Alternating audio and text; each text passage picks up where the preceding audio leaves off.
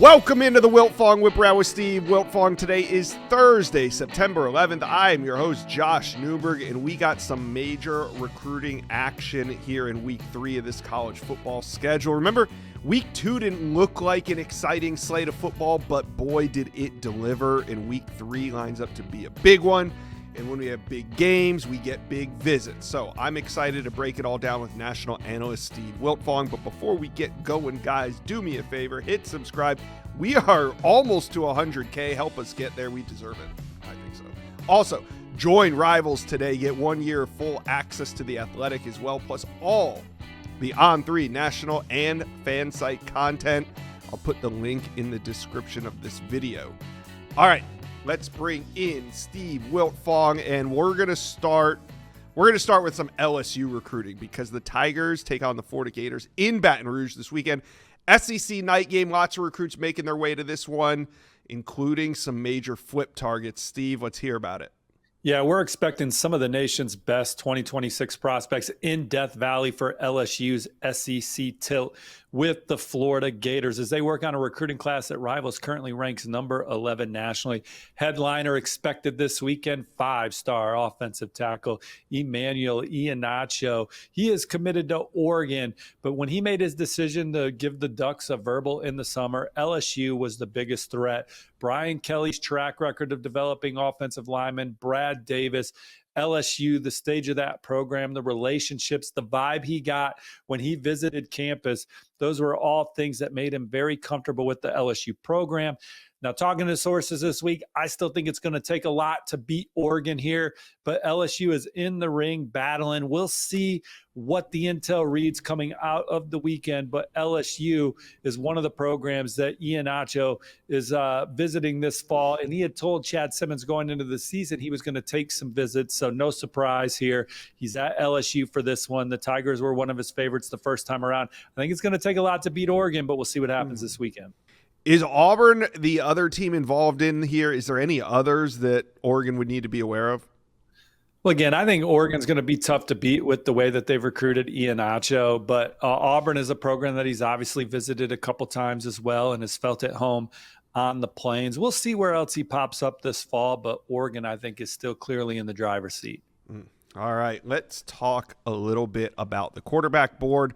There's a trio of 2027 quarterbacks, and I know some people might be tuning in and say, Josh, why are you talking about 2027 is here.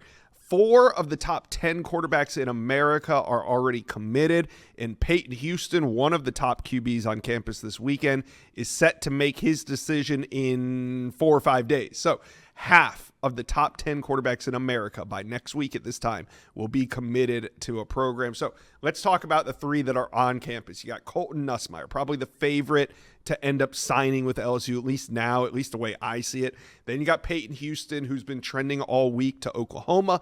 And then you got Elijah Haven right here in LSU's backyard. But it's perceived that the Florida Gators are the leader for Elijah Haven, and the Gators happen to be stumbling into town this weekend, so things could get dicey with Haven if LSU's able to pull this one out. Pretty interesting trio. How do you break it down? Yeah, Peyton Houston, I am one of the predictions in favor of Oklahoma coming out of another terrific visit to Norman over the weekend for the Sooners' victory over Michigan. But talking to sources with knowledge of that recruitment, it is not a done deal for Oklahoma. So while we feel great about Oklahoma's position and the Rivals prediction machine reflects that, LSU has been having good dialogue with Peyton Houston and his family all year. They're pushing hard to land the in-state target. And then USC, he's been Lincoln Riley's top guy the entire cycle. So we'll see how things shake out next Monday for Peyton Houston. Colton Nussmeier, that's where the prediction sits for me right now. LSU, I like the Tigers, but Alabama, Georgia, and Florida are a few other SEC programs that he's high on. And then Haven, as you said, Florida is my prediction coming into the weekend. Penn State is a program that's been on the move with him. Our colleague Sam Spiegelman reports Alabama has always been a front runner for him. They're going to get him on campus this fall as well. But LSU, right down the road, he feels at home with the Tigers. The family is called Joe Sloan, more of a brother, more of an uncle than a coach recruiting him regarding LSU's offensive coordinator. So a lot of trust there, a lot of familiarity. LSU's obviously produced some of the best quarterbacks in college football over the last 10 years, a couple Heisman Trophy winners. They've won a national championship. There is a lot to like if you are a quarterback looking at LSU. They have a Heisman quarterback under center right now in Nussmeier. They're the number 3 team in the country. So we'll see where things shake coming out of the weekend. All right. It is going to be exciting. So if there is going to be a shift, we know it's not going to happen with Colton Nussmeier. We feel good about his interest in LSU. But if Peyton Houston or Elijah Haven are going to have a shift in their recruitment, what do you think? Which one's more likely coming out of this weekend? Whether you're cheering on the Alabama Crimson Tide or the Wisconsin Badgers on September 13th, make sure you do one thing. That's drop by the Whataburger food truck during your tailgate. Get ready to bring home that W early with a hot, fresh Whataburger in hand. And, no matter who comes out on top, when you take your team to Whataburger, you'll feel like a winner with food made fresh and hot every time, 24/7. We'll see you at the game, and we'll see you at Whataburger. Well, Peyton Houston's the guy that they're on the gas for right now, and he's got a commitment date of next Monday, so LSU knows the deadline, right? Mm-hmm. And so it'll be interesting to see how the visit goes this weekend and what LSU – how they approach it. He's already visited campus. He's seen everything LSU does to develop quarterbacks. He knows the intricacies of the campus life in the school. He's been around the coaching staff a bunch. A night game at LSU, it's a special atmosphere and environment. He was just in one inside the Palace in Norman. Now he's at LSU this weekend. He gets to compare that. LSU's obviously closer to home, easier for family, but that is not one of the important factors in his decision. But recruiting is a game of inches. You don't know how they're going to add up. Certainly we have modern recruiting going on. And so what's the threshold for any of these programs that are battling for Peyton Houston down the stretch? We have a deadline to put all your cards on the table. It's next Monday. Obviously, he's going to make his decision before he steps to the table. So LSU, they get the last in-person visit with him this weekend. We'll see how it goes. All right. Now, also a loaded list of 2027 names, not just at the quarterback position. Kind of feel like we're at HSN here. If you call in now, you also get a loaded list of 20. But seriously, the 2027 names on the sidelines for this one is going to be impressive, Steve. No question. It's led by the state's top recruits, pair of 5-stars, tight end Ahmad Hudson. He'll be back for a second straight weekend. Receiver Easton Royal. LSU is the Rivals prediction machine choice for myself and Sam Spiegelman. Easton Royal, he's looking at schools from coast to coast, including Florida. Florida is one of his favorites, but LSU certainly well positioned. A couple DBs that I have predicted to LSU, Karan Eugene and Jaden Anding, they're 4-star in-state targets. Rivals number 1 ranked defensive lineman, 5-star Jalen Brewster is going to be in town taking a visit. The number 2 linebacker in the country, Caden Henderson, is another headliner on campus. And I want to bring this back to 2026 before we move on. Josh, you have the nation's number 3 running back, KJ Edwards. He's committed to Texas A&M. LSU got on him kind of late compared to the Aggies and the Longhorns. That was his final 3. But he's been building a really good relationship for Frank Wilson and company. This is the target for LSU this cycle at running back. He had a really good official visit in June.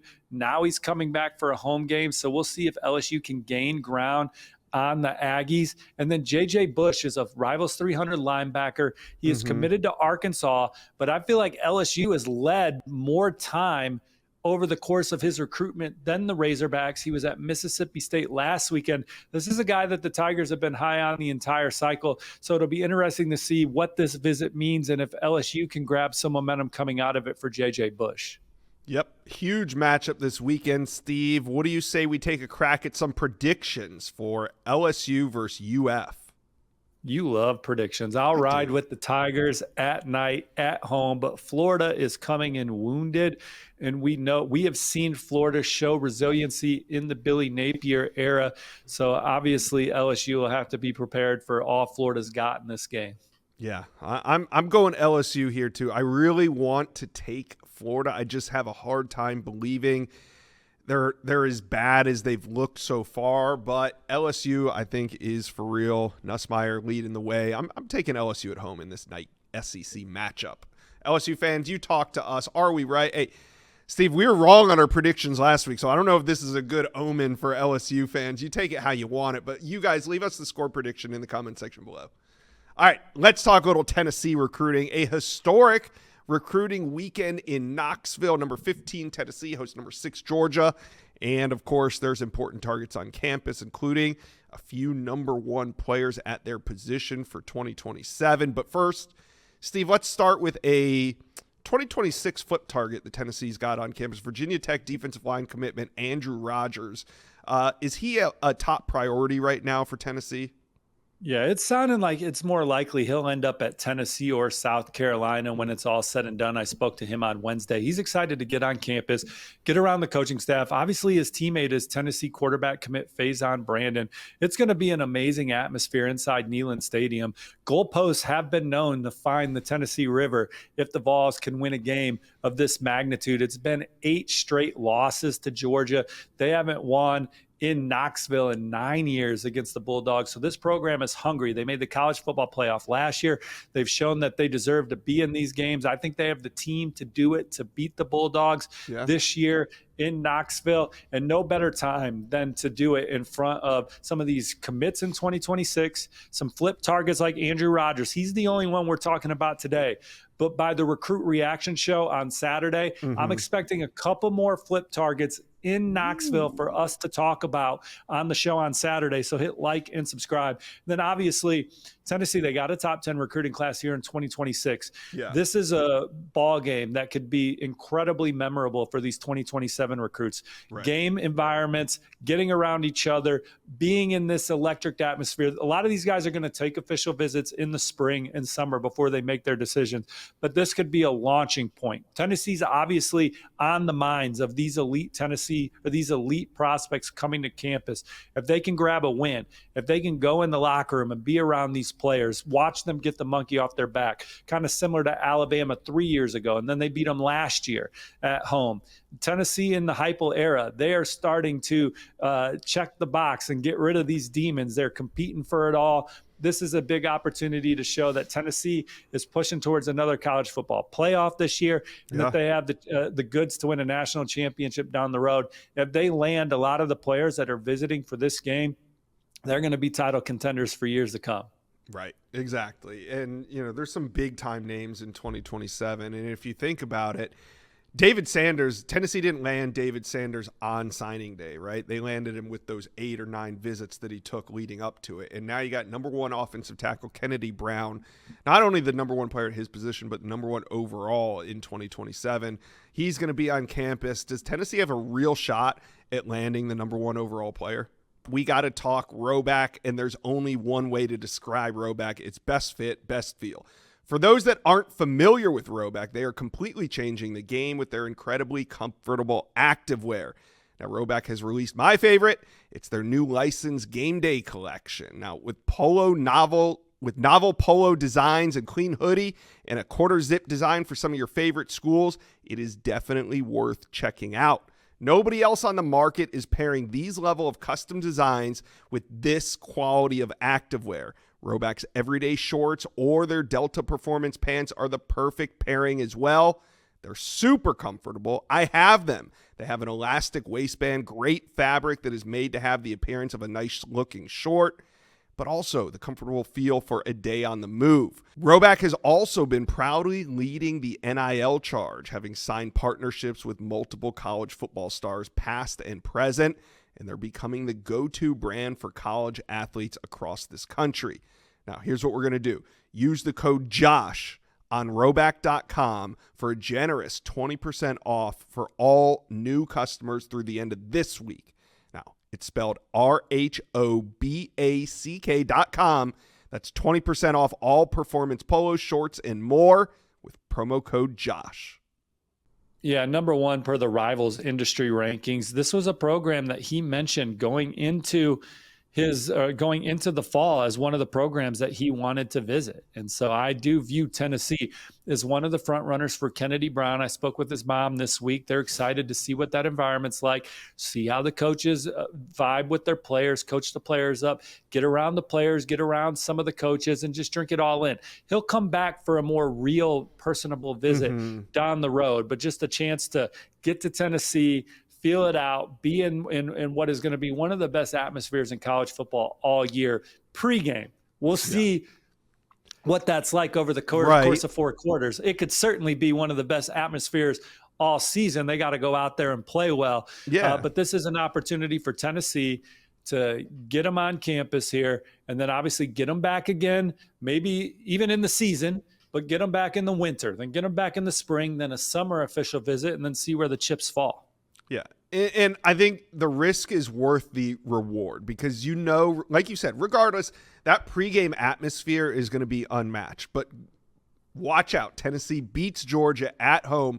Kennedy Brown there. That is something, even if we're a year and a half out from his final decision, that is something that's going to last with him the entire cycle. So risk versus reward, I think it's well worth it bringing in these guys, including a number 1 linebacker, Cooper Witten. What other names, Steve, intrigue you when it comes to this historic Tennessee visit weekend? Well, I love that this is a 3:30 kickoff for the Vols. Something about the sun setting on Knoxville, goalposts being torn down, carried out the stadium, students in a frenzy. They'll rush the field if they beat the Bulldogs on Saturday. And that 7 o'clock game ending in Tennessee, we've seen it the 3rd October. The 3rd Saturday in October. It's a special scene. We'll see if these recruits get to see it. Cooper Witten, this was the first visit that he set this fall. He was at Oklahoma last week. He'll go see some of his other favorites, whether that's Texas A&M, Ohio State, Clemson. But Tennessee was the first visit he set. He's obviously a legacy. His dad played at Tennessee. He's from Tennessee. His mom has the ties to Tennessee. They got a lot of love for this Vols program. He'll be back for this game, and it's a chance for him to envision himself helping Tennessee win a national championship. That is the goal under this coaching staff. He's that kind of player. He is having a magnificent junior season, the way he impacts the game so many ways. He is at the top of Tennessee's board regardless of position. So is running back David Gabriel Georges, a 2027 recruit, number 3 running back in the country per Rivals right now. He looks like he might be the most physically impressive running back in the stadium. And Georgia and Tennessee have grown men in their backfields. That's how special a prospect he is. He's fantastic on tape. Tennessee and Ohio State are battling here. My prediction's on Ohio State, but I am certainly not sleeping on Tennessee. That's a guy that is incredibly important to them. 2 pass rushers I want to mention. We could talk Tennessee for hours, but Chris Whitehead and Rashad Streets are 2 top 10 pass rushers that the Vols are at the top or near the top of the list for. Ohio State's also in on both of those guys, but the Vols have done a terrific job with those guys. This visitor list is loaded, and you'll have to get over to Rivals to read more about it, but it's going to be a special weekend in Knoxville. We'll see if they can get it done, and then with that, the recruit reaction show will be on the money. Oh, it's going to be a blast. We'll definitely be talking Tennessee all week long on this channel. Now, speaking of predictions, let's put our predictions in for Tennessee, Georgia. I'll go first, Steve, on this one. You know, you said it so eloquently. The sunset, that big orange sunset, the goalpost coming down. I believe it, but I won't believe it until I see it. So I got to take Georgia in this one. I know in Knoxville, I'd love to see a Tennessee win. Being here in Nashville, but I'm just not buying it until I see it. How about you, Steve? I love that Joey Aguilar's dad came out and talked to Pete Nakos, our On3 National College Football Insider, and said that Tennessee won the trade, the deal with Nico Iamaleava. He's calling it 2 weeks in. Joey Aguilar. That the nuts are on the table. Tennessee is got their chest out. They are not scared of the Bulldogs, but I like UGA. All right, Tennessee fans in the comments section below, tell us why we're wrong. All right, let's talk a little South Carolina recruiting. The Gamecocks are bringing in some big-time players for this game against Vandy, and one of them, I would say the headliner, is quarterback Landon Duckworth. How important is it to get him back on campus after he was at LSU last weekend? Well, I think it's just exciting to have the prize passer back on campus. He has a skill set that resembles Lenora Sellers, your Heisman Trophy candidate quarterback. You're the number 11 team in the country. SEC season opener at night. Undefeated Vanderbilt coming to Williams-Brice Stadium. It's going to be an awesome atmosphere. Shane Beamer has just done a magnificent job of making South Carolina relevant. Just the excitement, the love, the passion he has for the program that he's injected, the culture, the competitiveness that he's put into this program. They're not backing down from anybody.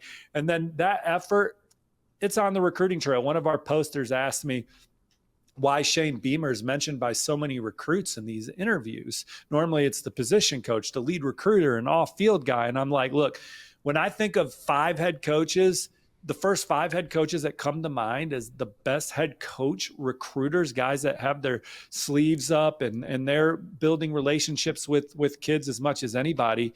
Shane Beamer's in that group with Mario Cristobal, Dan Lanning, Fran Brown, and Marcus Freeman. And then certainly Sharon Moore and Brent Venables can be included in that mix. Those are head coach recruiters that are 9-inning guys. They take the ball early. They get to know the Darius Grays. So when Darius Gray goes through his process and LSU grabs some momentum in the spring and they look like they're the leader, he's got to look Shane Beamer in the eye. No way, dude. I don't know the other head coach as well as I know you. I'm not as excited. He hasn't, the atmosphere that you've created around South Carolina is the one I want to be in. So when Darius Gray went on his official visit to South Carolina, it was home for him. He felt very comfortable. It started with the head coach. And Coach Beamer has created an environment, but more importantly, created a program that can compete for the college football playoff. And with that, they're in these blue chip battles. And we saw them win ones like Dylan Stewart, obviously, and recruitments like that.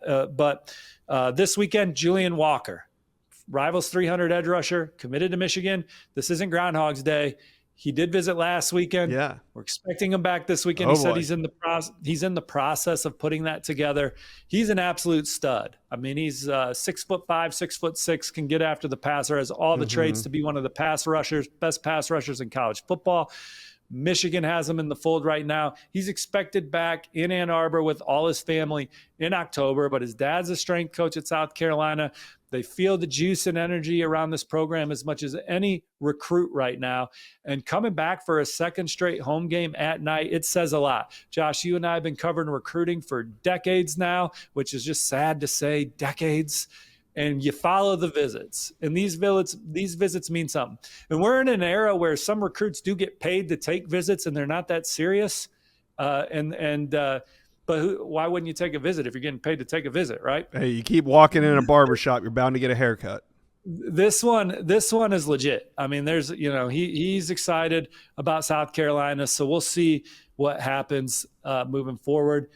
And then obviously we got some 2027s. It starts with the number 1 player in the country, Josh, LaDainian Guyton. He's committed to Texas Tech. South Carolina was one of his early favorites. I would have pegged Georgia the favorite early on, and South Carolina the biggest challenger.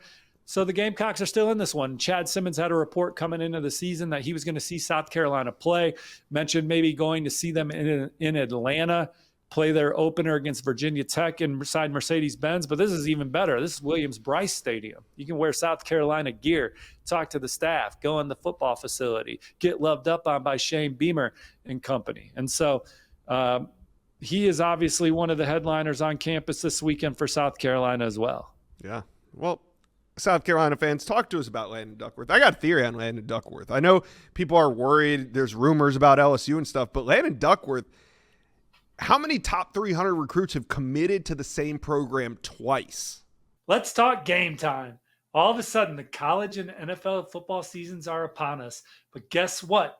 We need our tickets, and getting deals on last-minute tickets can be frustrating when all you want to do is be there for the moment your team runs out onto the field. Well, thankfully, the Game Time app gives the advantage back to the fans. It's the hack for unlocking amazing ticket experiences, and it only takes a few simple clicks. The app is easy to use, and the Game Time guarantee means that you can trust that you'll get 100% authentic tickets on time and at the best price. Plus, fees are always included, so what you see is what you pay. That's why I use the Game Time app. It's super simple and makes the experience of buying great seats a breeze. Also, one of the coolest features I've seen is the Game Time lowest price guarantee. It's where Game Time will credit you 100% of the difference to guarantee you're getting the lowest price if you find cheaper tickets elsewhere. All right, here's what we're going to do. Download the Game Time app, create an account, and use the promo code ON3, ON3. That's the promo code ON3 for $20 off your first purchase. Terms apply. That ON3 for 20% off. Game Time, last minute tickets, lowest prices, guaranteed. I think he's solid. The intel that says makes him he's super solid in my book. The intel says he's solid to the Gamecocks right now. There was never any worry in Columbia about Landon Duckworth visiting LSU. I know obviously there was optimism with people that spent time with him in Baton Rouge, but never any worry or concern in South Carolina about Landon Duckworth. They get him back this weekend. Josh, this game is big enough to predict. 2-2-0 teams, Vanderbilt, South Carolina. Who do you got? I'm taking South Carolina. I think the Gamecocks, it'll be electric atmosphere. I'm taking South Carolina over Vandy. I got the Gamecocks too. I'm ready for Lenora Sellers to kind of have his early season moment of dominant play. And I like the Gamecocks as well. The Doors are always an exciting team to watch. Nothing would surprise me, but I like South Carolina here. All right. Miami is at home again. This time they host USF, those dangerous USF Bulls. And, they're gearing up for a huge recruiting weekend next weekend when the Florida Gators come to town, in-state rivalry and all that. But even this weekend, there's going to be some important quarterback targets on campus. And, Steve, as we see these 2027 QBs fly off the board, it seems like everybody's kind of zeroing in on their target. In Alabaster, Alabama, blue chipper Trent Seaborn seems like the one that Miami is zeroing in on. Is that right? Well, Miami's one of the front runners for Trent Seaborn. They get him to campus this weekend. Family very excited to get down to Coral Gables and get around Coach Dawson, Coach Cristobal and company. And Miami's had one of the most prolific offenses in college football dating back to last year. Just had the number one overall pick in the draft come out of Coral Gables in Cam Ward. And so there's a lot of excitement. Top 5 team right now. Look, if USF beats Miami, they're a top 5 team. That'd be 3 straight top 25 wins for Alex Golish and company. The Hurricanes got their hands full. They're about to face one of the best quarterbacks in college football this weekend. But Miami, they're hosting their potential quarterback of the future, whether it's Trent Seaborn in 2027 or Neiman Lawrence out of Miami Northwestern in 2028. Both will be at the game. Now, with Seaborn, I think they got to make up ground on South Carolina, Oregon, and Alabama, but they're in the game.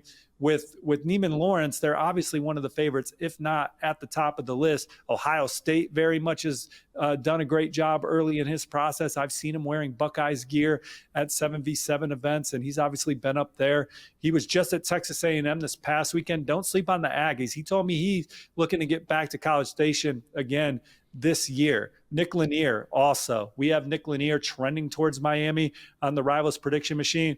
The Aggies are one of the schools trying to slow that down, but Miami hosting a couple top quarterback targets. They have some 4-stars coming in the 2027 class at other positions, but it's about quarterback this weekend for the Hurricanes as they try and make up ground with Trent Seaborn and then continue to show Neiman Lawrence, everything you need is right here, buddy. We're going to win it all. Mm-hmm. You could be the guy raising that crystal ball for your hometown school, the Miami Hurricanes, down the road.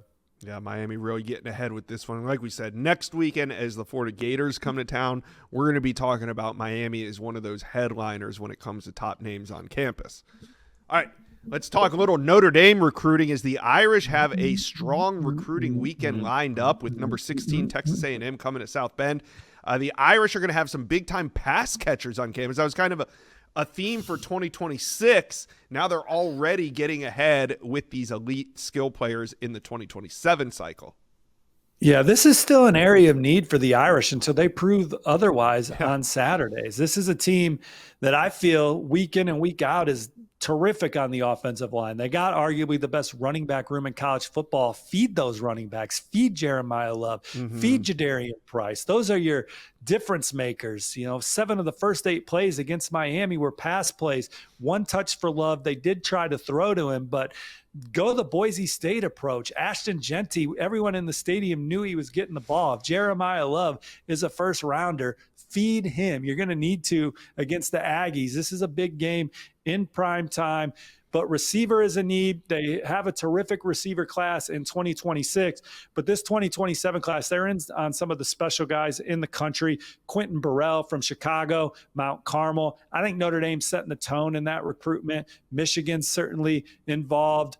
Penn State, some of the others that have done a good job. Julius Jones Jr., his dad starred at Notre Dame. He's at the top of the board for the Irish. Notre Dame is one of his favorites with Oregon and some others.